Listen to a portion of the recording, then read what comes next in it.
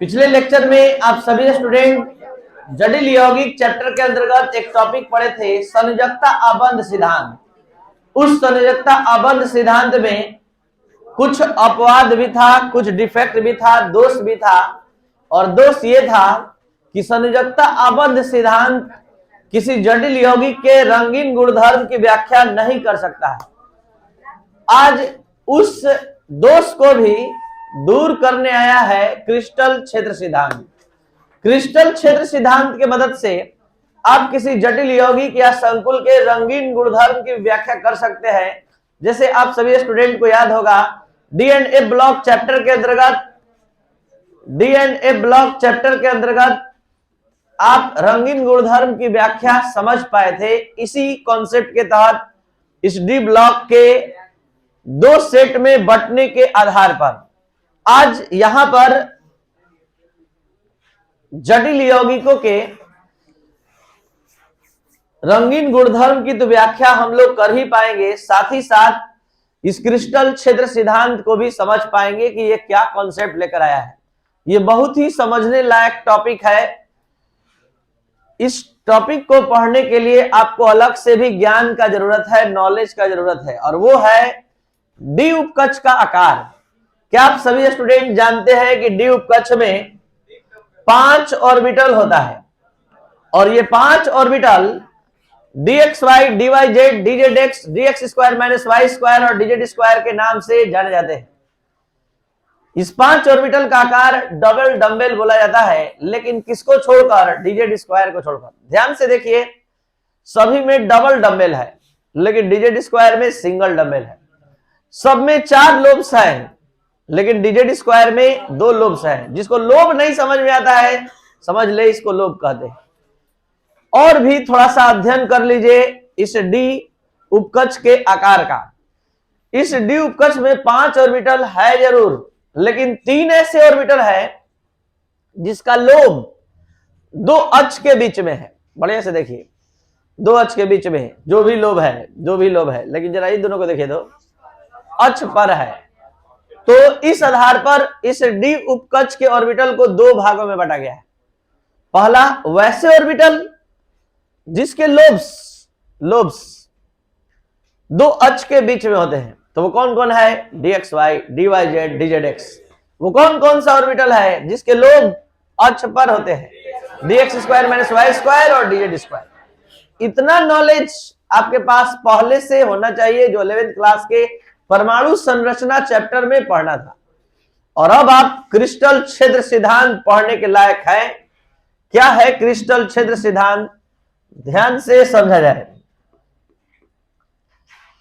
जब भी किसी जटिल यौगिक में या संकुल में केंद्रीय धात्विक परमाणु पर संलग्नी अटैक करता है, बॉन्ड बनाने आता है, तो जटिल यौगिक के केंद्रीय धात्विक परमाणु उतनी संख्या में रिक्त डी ऑर्बिटल रखते हैं, तभी अटैक करता है।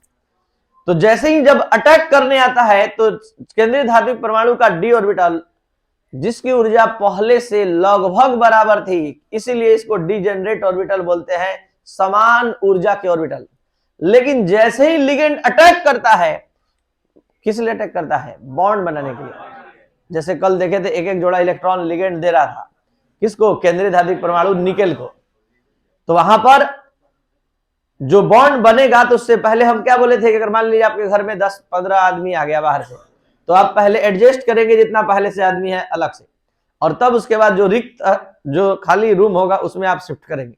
तो यहां पर जैसे ही लिगेंड सेंट्रल मेटालिक एटम पर अटैक करता है, तो सेंट्रल मेटालिक एटम का जो डी ऑर्बिटल है, ऊर्जा के आधार पर 2 भाग में बढ़ जाता है। और पहले का नाम होता है जो ऊर्जा के आधार पर T2G। ये T2G सेट है जो आप देख पा रहे हैं। ये जो ऑर्बिटल्स है, ये T2G के नाम से जाना जाता है। ये 3 ऑर्बिटल का समुच्चय T2G, और ये 2 ऑर्बिटल का समुच्चय जो है EG समुच्चय के अंतर्गत आता है। ये ऊंचाई अधिक ऊंचाई पर है, ये कम। ये इस बात को समझा रहा है कि इसकी ऊर्जा कम है इस परमाणु ऑर्बिटल से, और यहां इसकी ऊर्जा अधिक है। कितना अधिक है? तो 3/5 टाइम्स अधिक है। और इसका कितना कम है 2/5, और ऊर्जा का अंतर कितना का है डेल्टा। और ये O इशारा है कि आप जटिल यौगिक लिए वो अष्टफलकीय संकुल वाला है, अष्टफलकीय आकृति रखने वाला है, ज्यामिति रखने वाला है, तब T2G की ऊर्जा कम होगी किससे, Ag से। एक बार फिर से अपने भाषा में सुनिए। जब किसी जटिल यौगिक में केंद्रीय धात्विक परमाणु पर संलग्नी अटैक करता है बॉन्ड के निर्माण के लिए, उपसंयोजक बंधन के निर्माण के लिए, या फिर ऐसे भी बोल सकते हैं कि जब किसी जटिल यौगिक में केंद्रीय धात्विक परमाणु के साथ संलग्नी उपसंयोजक बंधन का निर्माण करता है, तो केंद्रीय धात्विक परमाणु के समान ऊर्जा के d ऑर्बिटल ऊर्जा के आधार पर 2 सेट में विभक्त हो जाते हैं, 2 सेट में विपाटित हो जाते हैं। इसे ही क्रिस्टल क्षेत्र सिद्धांत कहते हैं। और ये दो सेट है, अलग अलग प्रकार के संकुल में अलग अलग प्रकार के ऊर्जा रखते हैं। जैसे अष्टफलकीय संकुल में T2G की ऊर्जा कम और Ag की ऊर्जा अधिक। जब भी आज के बाद T2G सुनिएगा तो T2G समुच्चय में कौन कौन ऑर्बिटल आता है, dxy, dyz, dzx। और जब भी Eg सुनिएगा तो dx² - y² और dz²। इसलिए हम अधिकतर स्टूडेंट को कहते हैं, किसी से अगर आपको डिस्कशन करना है इस कोऑर्डिनेशन कंपाउंड चैप्टर पर, तो आप क्रिस्टल फील्ड थ्योरी से करके अपना नॉलेज और उसका नॉलेज चेक कीजिए। आपको इतना समझ में आने लगा कि T2G क्या होता है, Eg क्या होता है। ये क्यों 2 भाग में 2 समुच्चय में टूट रहा है, क्योंकि लिगेंड अटैक करता है तो ये ऊर्जा का गैपिंग आ जाता है, इनके ऑर्बिटल में ऊर्जा का अंतर हो जाता है। और ये ऊर्जा का अंतर सबसे कम ऊर्जा का ऑर्बिटल कौन होता है, T2G, और अधिक ऊर्जा का ऑर्बिटल कौन होता है, Eg। और ऊर्जा के आधार पर ये अष्टफलकीय संकुल में विपाटन हुआ है। आइए चतुष्फलकीय संकुल में विपाटन को जरा देख लीजिए। चतुष्फलकीय संकुल में ये रहा, चतुष्फलकीय संकुल में देखिए यहां Eg सेट की ऊर्जा कम हो गई और T2G की ऊर्जा क्या हो गई, अधिक। तो ये था आपका क्रिस्टल क्षेत्र सिद्धांत। एक बार फिर से, जब किसी संकुल में केंद्रीय धात्विक परमाणु के साथ उपसंयोजक बंधन का निर्माण संलग्न करता है, तो केंद्रीय धात्विक परमाणु के जो रिक्त d ऑर्बिटल है ऊर्जा के आधार पर 2 सेट में विभक्त हो जाते हैं, जिसे क्रिस्टल क्षेत्र सिद्धांत या क्रिस्टल क्षेत्र विपाटन सिद्धांत, इंग्लिश में क्रिस्टल फील्ड थ्योरी और संक्षेप में CFT के नाम से जाना जाता है।